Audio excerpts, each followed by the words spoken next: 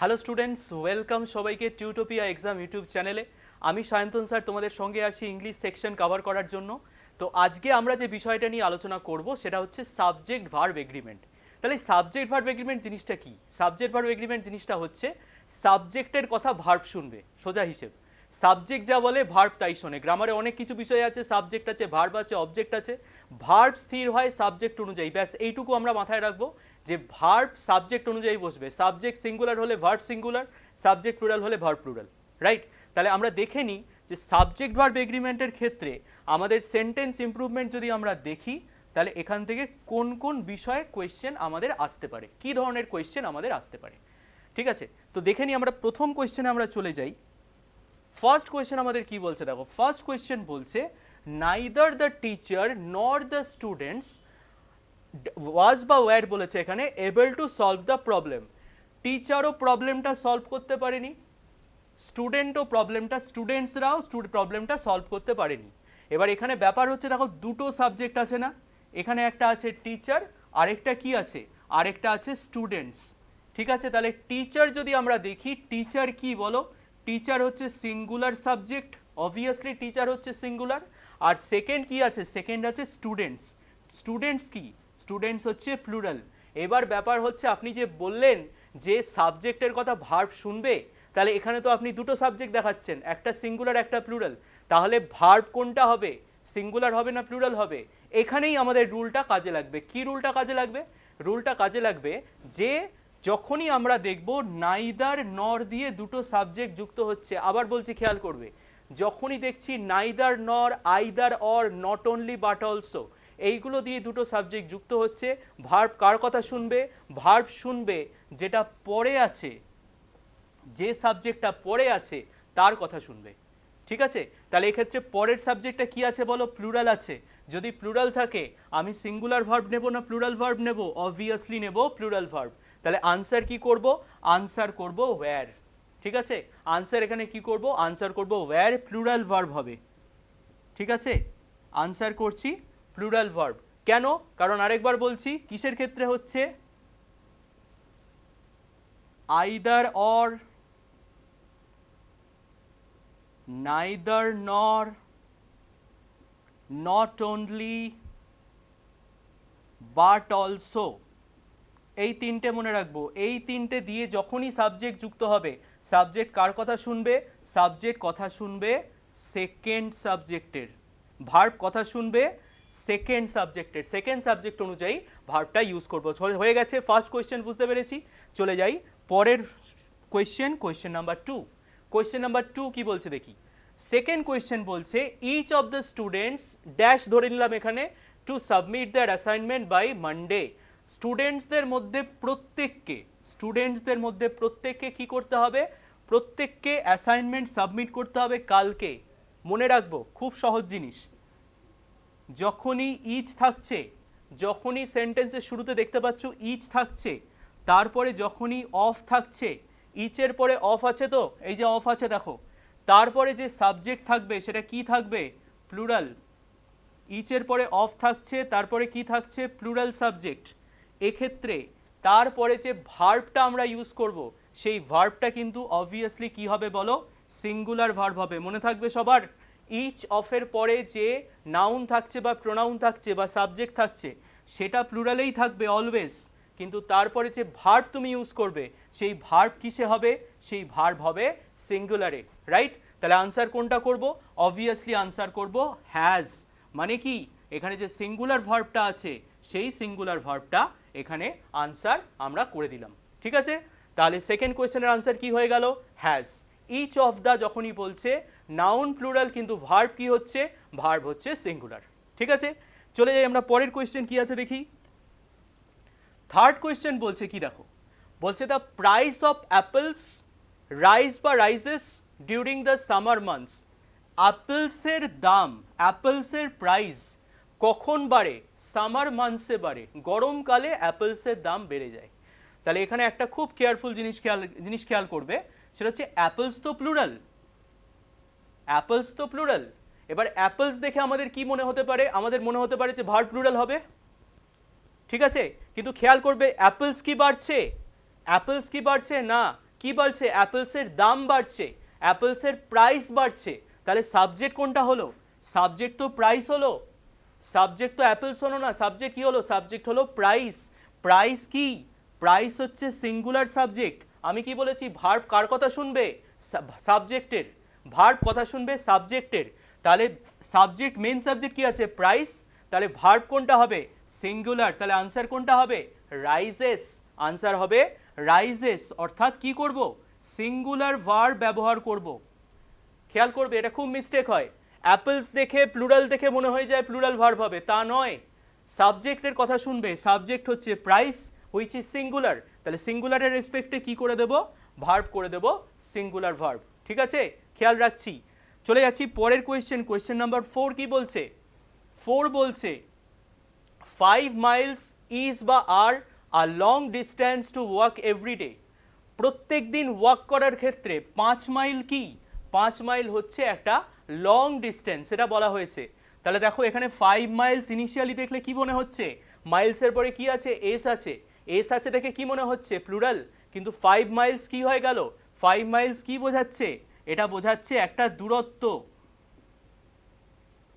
5 Miles বোঝাচ্ছে দূরত্ব। যখনই দূরত্ব বোঝাবে, যখনই ইউনিট বোঝাবে, ওয়েট বোঝাবে, হাইট বোঝাবে, যাই হোক না কেন, তখনই ভার্ব কি নিয়ে নেব, ভার্ব কি নিয়ে নেব, ভার্ব নিয়ে নেব সিঙ্গুলার ভার্ব।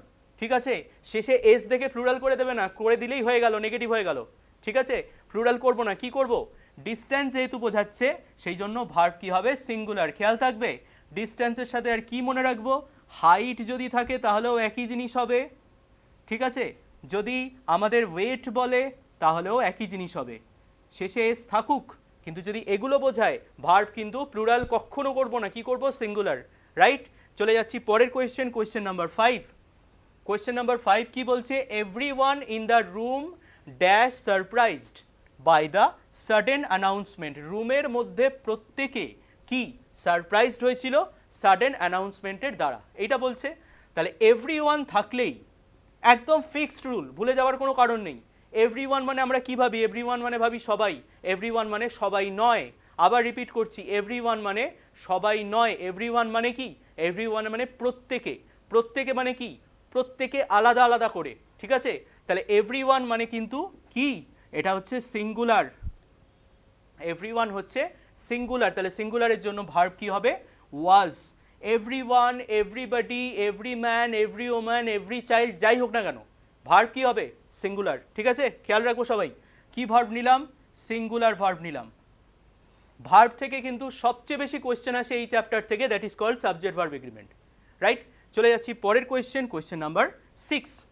6 বলছে the number of applicants is or are increasing every year. প্রত্যেক বছর কি হচ্ছে, অ্যাপ্লিক্যান্টসদের নাম্বার বাড়ছে। ঠিক আছে, খুব সহজ জিনিস একটা বলে দিচ্ছি।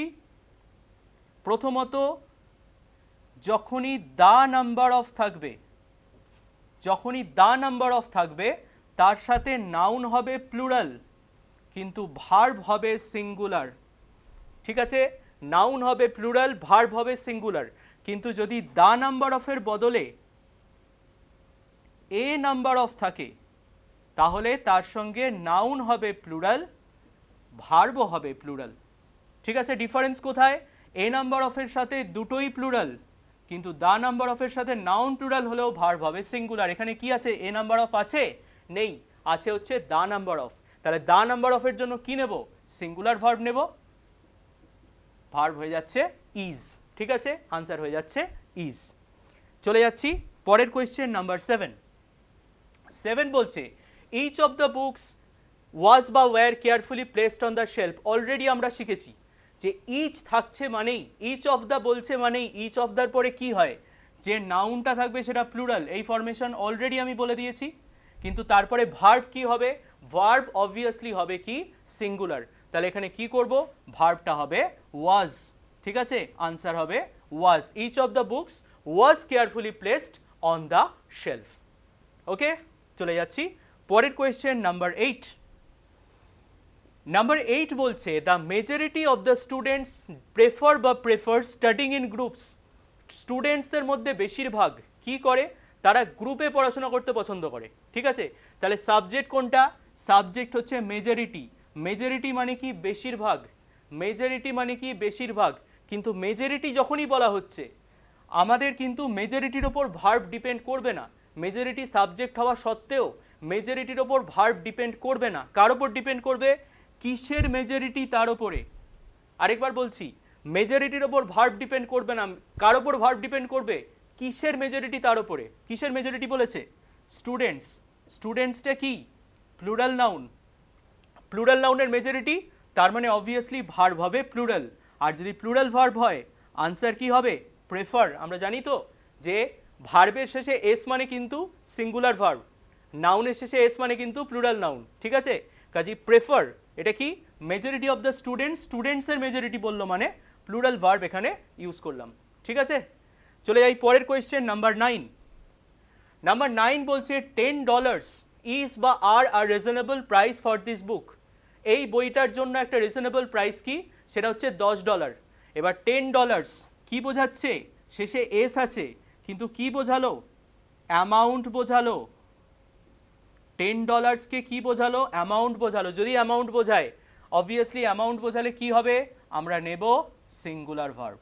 $10 is a reasonable price for this বুক, ঠিক আছে। চলে যাচ্ছি নেক্সট কোয়েশ্চেন, নাম্বার 10। নাম্বার 10 বলছে the jury dash reach the decision, ঠিক আছে।